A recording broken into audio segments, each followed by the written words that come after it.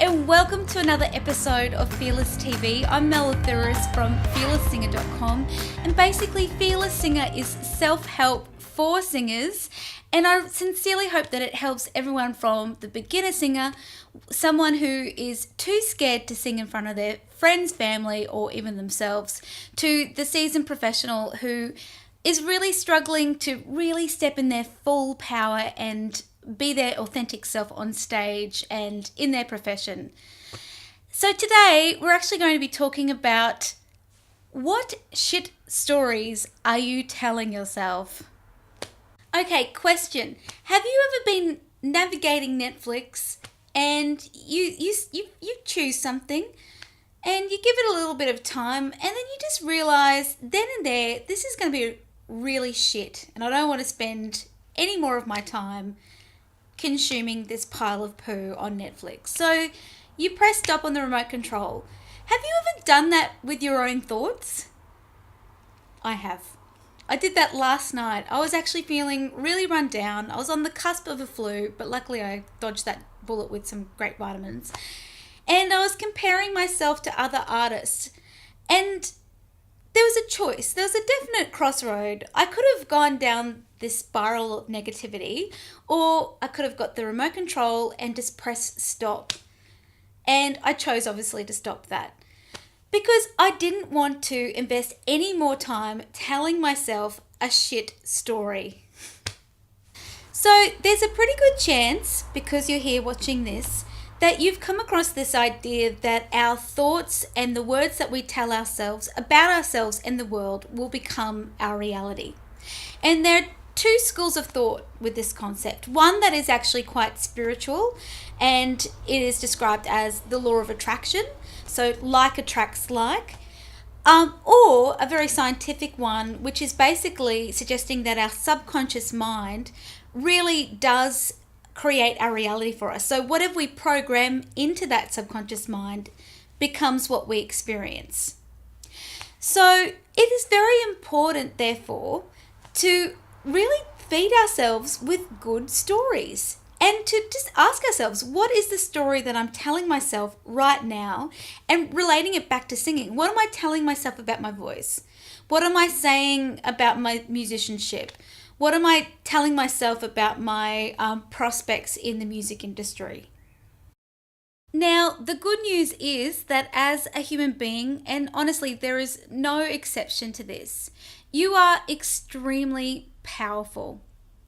And so if you can be very clear on what you want, and relating this back to singing, that is how you want your voice to sound, how you want to be able to use it. If you're looking at having a career in singing and in music, what that actually looks like for you, there's a very, very good chance that that all can happen for you. And the quickest way there is to be very deliberate and make a real discipline and practice around what you think and what you tell yourself. Okay, let's get practical. First step, identify your shit story. What have you been telling yourself about yourself, your voice? Have you been saying that you're tone deaf, or you lose breath easily, or you have a weak chest voice, or I can never make it in this industry, I just don't have the right personality for it, or I can never stand up on stage and sing, even though your heart desires all of that? So what is it that you've been telling yourself? So you can do two things here. You can either get out your journal if you like to write your thoughts down, or if you love the sound of your own voice like I do, get out the voice memo app and tell the story that you have been saying all this time. What have you been saying about your voice? What have other people been saying about your voice? So you may have been told, as you're growing up, oh, you sing so loud, tone it down, or oh God, you really can't sing, can you, love? That kind of thing.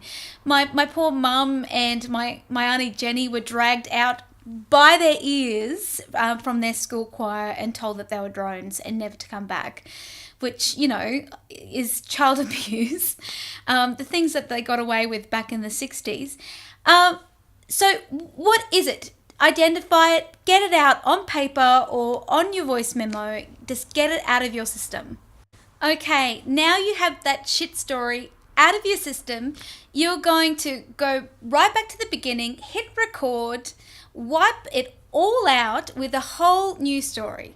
You're going to say things like, for instance, if you'd said in your shit story that I have a weak chest voice, you're going to say things like, I'm developing my chest voice every single day with some very simple but powerful vocal technique exercises. I can feel my chest voice getting stronger and stronger and stronger. That's one example. And you can also say things that may have not quite happened yet, but you're going to make out that they have. So you're talking futuristically, but as though it's already happened to you. So you could say things like, I'm getting some really positive feedback from my family, friends. You know, my sister said the other day that my voice is improving. She notices a massive difference. Now, your sister may not have said that. You're just projecting that into the future. But I guarantee you that if you do have a sister, that is, she will, without a doubt, tell you that you're improving. Because whatever it is that we claim to have happened, as is, in the present tense, it tends to actually come true. Don't know why, can't explain it. Check out Law of Attraction, but I tell you, it works. Now, go back to those people in the past who may have said something hurtful about your singing voice, or maybe they didn't show the support that you felt that you needed at the time, and give them some forgiveness. Now, this is an interesting one. The only reason why you're forgiving them, you're not excusing bad behavior. You're just acknowledging that it happened, and you're just, I guess, cutting ties to that experience. That's all you're really doing. This is one of the most powerful and transformative tools that we all have as human beings that can honestly radically change our lives. So you're going to go back to that moment that, you know, maybe grandma said, oh, geez, love, you know, you can dance, but you just can't sing. And you're going to forgive her. You know, there could have been so many different reasons why she said that. Maybe her hearing aid was playing up. It was a bit distorted or something like that. Or maybe she was just projecting her own insecurities about her singing voice onto you.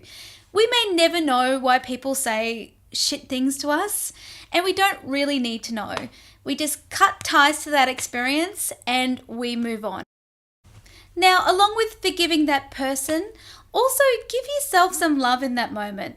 You know, as human beings, that's all we really want, isn't it? To experience love from those around us or experience that feeling of validation. So give yourself in that moment, so sticking with the example of grandma telling us that we can't sing, visualize yourself and, give yourself some love. Give yourself a little hug. I could imagine this looks a little bit awkward on camera, but I don't bloody care. I'm loving myself sick right now. Okay, so now you've retold your brand new story. You've forgiven those who've said some, pretty shitty things to you in the past. You gave yourself some love in the moment. Now, really, it's about making good feeling thoughts a discipline and a daily and a minute-to-minute practice. Yes? Look, we're human beings. We're going to experience some really shitty feelings and thoughts, especially when we're building a new skill. Don't forget that when we are developing a new skill, we're using our prefrontal cortex, which does give us those feelings of, ooh. So this new work isn't about ignoring those feelings. It's going to happen. It's perfectly normal, but it's just really about not buying into a massive story around that. So for instance, if you're not quite nailing something in your range, you're not quite getting that top note. It's really about acknowledging that, this is just a skill. I'm feeling a little bit shitty because I'm not getting this note. But it's not, creating a story of real drama around that. I'm never going to make it as a singer. That kind of thing. It's more about acknowledging that this is a skill that I'm developing.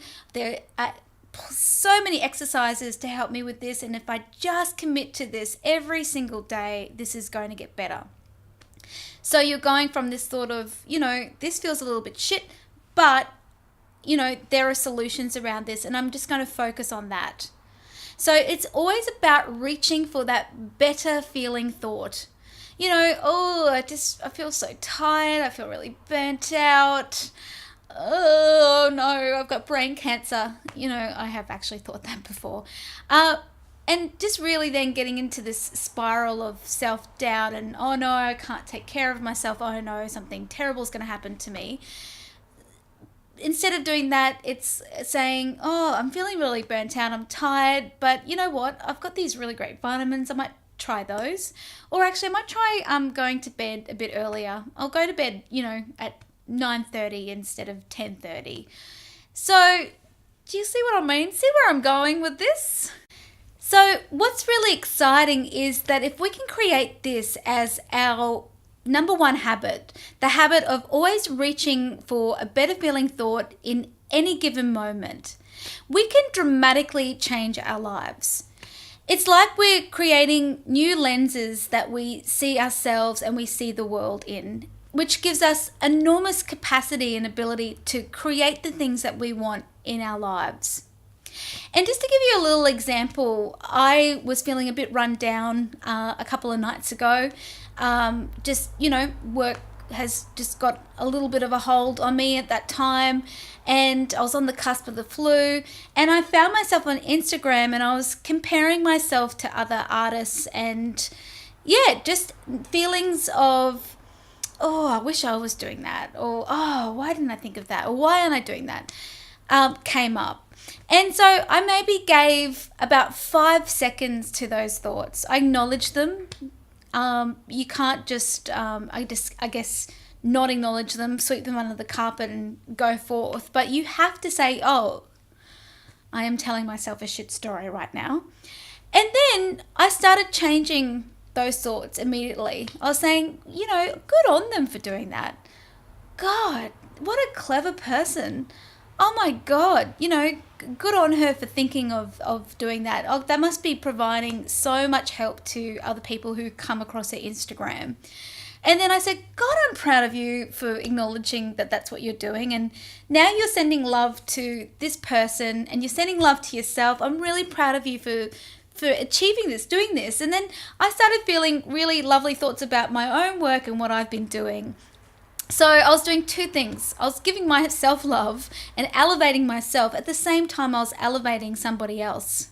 So when Gandhi said, be the change that you want to see in the world, I think this is what he meant.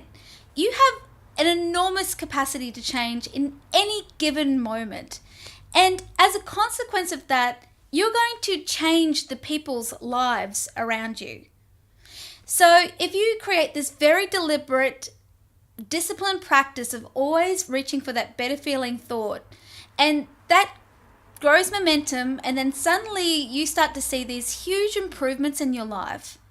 Just watch the people around you and their lives change as well. It's just, I guess, the infectious nature of positivity. And it's funny, the people that may not have been supportive towards you in the past, all of a sudden are super loving and positive, and you're like, who the bloody hell are you? Or it can go a completely different way. Those people, you just won't experience them as much anymore. They'll just suddenly, I don't know, move interstate or overseas, or you just won't come into contact with them anymore. Such is the nature of law of attraction. When you're vibrating high, people who aren't quite matching that will either rise with you or they'll just drift away. And look, it's important to acknowledge that we're human beings having this very human experience. Of course, we're going to have some funky times and experiences. This is just contrast. It's all good. I personally enjoy contrast because it means that when I experience it for even just that brief moment, it makes that next much more positive, good feeling thought even more powerful and even more enjoyable. Sometimes we just need to know what we don't want in order to fully realize and understand what it is that we do want. I so hope this video resonated with you. Please share in the comments below, what was your shit story and what is your brand new story now? And let's give each other some likes and some love and build this community of positivity, love, singing, good times. And on that note, see you later.